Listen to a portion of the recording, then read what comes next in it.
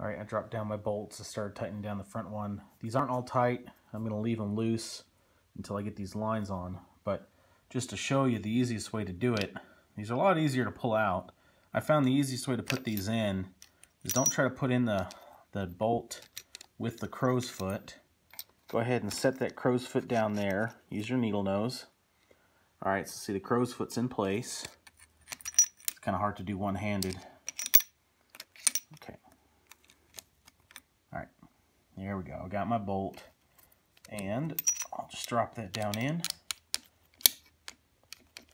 Okay, so that's sitting there. Take my 10mm, and I've got it threaded. So trust me, this is about the easiest way to do that. You can fight them pretty good at times. And I'm not going to totally tighten it down. Set that out of the way.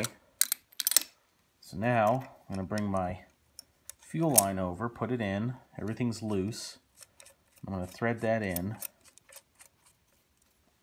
I'll go back over here. I'm going to run this one up.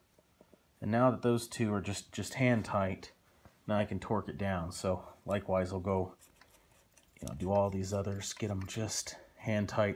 And the purpose behind this is that you want to get this in alignment before you put it on. You can totally pull off this rail. I left it on right now, but you can unbolt it and get it out of the way if it helps you.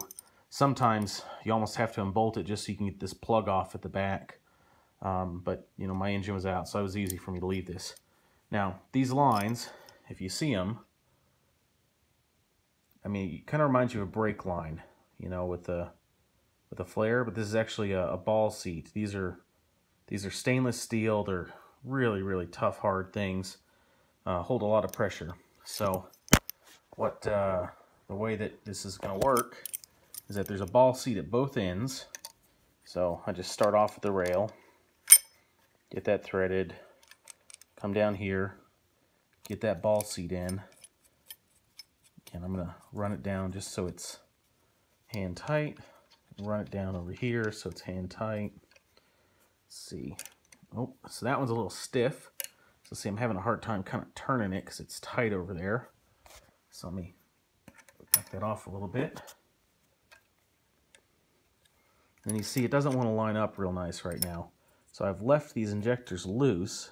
Turn that a little bit.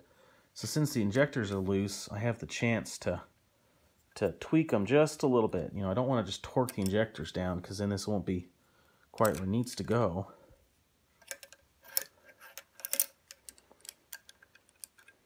So I've got that lined up pretty good. Okay, now that's threading in nicely. So with these all finger tight, I've got good alignment on the flares, and now I can torque down the injectors. I don't want to have the injector tight and have it at some weird angle that it doesn't want to seat nicely into the line.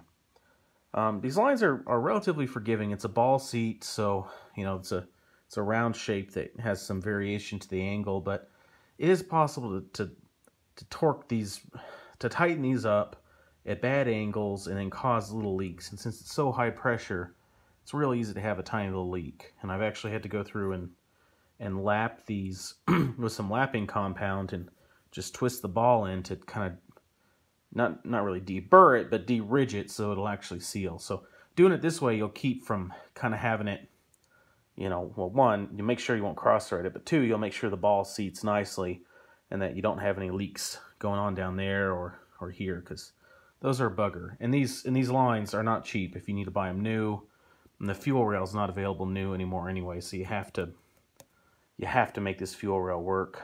So, all right, I'll get those tightened up.